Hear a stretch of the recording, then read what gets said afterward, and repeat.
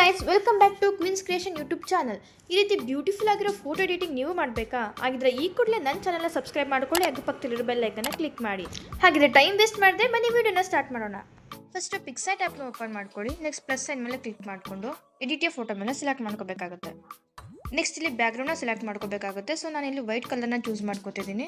Next tools ಮೇಲೆ click ಮಾಡಿಕೊಂಡು ಇಲ್ಲಿ ಕ್ರಾಪ್ ಆಪ್ಷನ್ ಮೇಲೆ ಸೆಲೆಕ್ಟ್ ಮಾಡ್ಕೊಳ್ಳಿ. ಇಲ್ಲಿ ರೇಷಿಯೋನ ಸೆಲೆಕ್ಟ್ ಮಾಡ್ಕೋಬೇಕಾಗುತ್ತೆ. ನಾನಿಲ್ಲಿ 3:4ನ ಸೆಲೆಕ್ಟ್ ಮಾಡ್ಕೋತಿದ್ದೀನಿ. ಸೊ ನೆಕ್ಸ್ಟ್ ರೈಟ್ ಮಾರ್ಕ್ ಮೇಲೆ ಕ್ಲಿಕ್ ಮಾಡಿ. ನೆಕ್ಸ್ಟ್ ಒಂದು ಫೋಟೋನ ಆ್ಯಡ್ ಮಾಡ್ಕೋಬೇಕಾಗುತ್ತೆ. ಆ್ಯಡ್ ಫೋಟೋ ಮೇಲೆ ಕ್ಲಿಕ್ ಮಾಡ್ಕೊಳ್ಳಿ.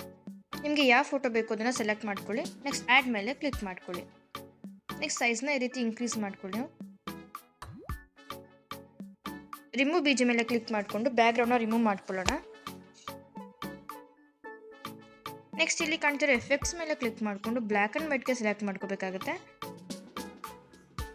ನೆಕ್ಸ್ಟ್ ರೈಟ್ ಮಾರ್ಕ್ ಮೇಲೆ ಕ್ಲಿಕ್ ಮಾಡ್ಕೊಳ್ಳಿ.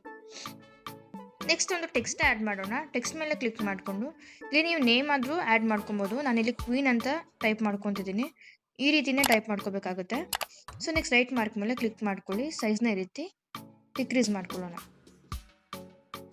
ನೆಕ್ಸ್ಟ್ ಕಲರ್ನ ಇಲ್ಲಿ ಬ್ಲ್ಯಾಕ್ನ ಚೂಸ್ ಮಾಡ್ಕೊಳ್ಳಿ.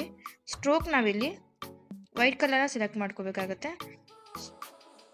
ನಾನು 27 ಇಟ್ಕೊತಿದ್ದೀನಿ.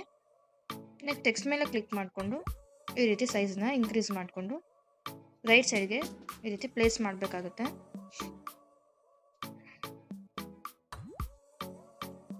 ನೆಕ್ಸ್ಟ್ ಫೋಟೋ ಮೇಲೆ ಸೆಲೆಕ್ಟ್ ಮಾಡಿಕೊಂಡು ಎರೇಸ್ ಮೇಲೆ ಕ್ಲಿಕ್ ಮಾಡ್ಕೊಳ್ಳಿ.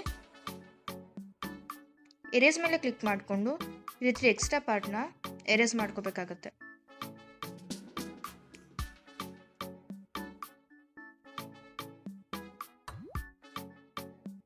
ಸೊ ರೈಟ್ ಮಾರ್ಕ್ ಮೇಲೆ ಕ್ಲಿಕ್ ಮಾಡ್ಕೊಳ್ಳಿ.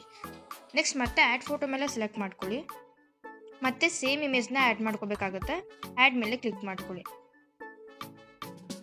ಇದನ್ನು ಕೂಡ ಬ್ಯಾಕ್ಗ್ರೌಂಡ್ ರಿಮೂವ್ ಮಾಡ್ಕೊಳ್ಳೋಣ. ರಿಮೂವ್ ಬೀಜ ಮೇಲೆ ಕ್ಲಿಕ್ ಮಾಡಿಕೊಂಡು ಬ್ಯಾಕ್ಗ್ರೌಂಡ್ನ ರಿಮೂವ್ ಮಾಡ್ಕೊಳ್ಳಿ. ಮತ್ತು ಎಫೆಕ್ಟ್ಸ್ ಕೂಡ ಚೇಂಜ್ ಮಾಡ್ಕೋಬೇಕಾಗುತ್ತೆ. ಬ್ಲ್ಯಾಕ್ ಆ್ಯಂಡ್ ವೈಟ್ಗೆ ಸೆಟ್ ಮಾಡ್ಕೊಳ್ಳಿ ಈ ರೀತಿ. ನೆಕ್ಸ್ಟ್ ರೈಟ್ ಮಾರ್ಕ್ ಮೇಲೆ ಕ್ಲಿಕ್ ಮಾಡ್ಕೊಳ್ಳಿ.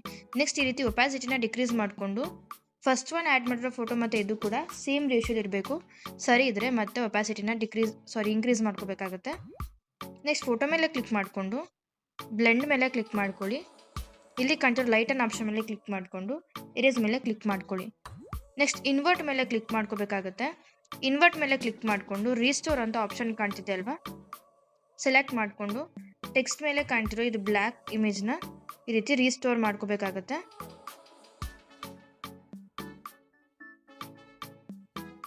ಆಗ ನಿಮಗೆ ಬ್ಯಾಕ್ಗ್ರೌಂಡ್ ಇಮೇಜ್ ಇಲ್ಲಿ ಕಾಣಿಸುತ್ತೆ. ಈ ರೀತಿ ಪೂರ ಟೆಕ್ಸ್ಟ್ವರೆಗೂ ನಾವು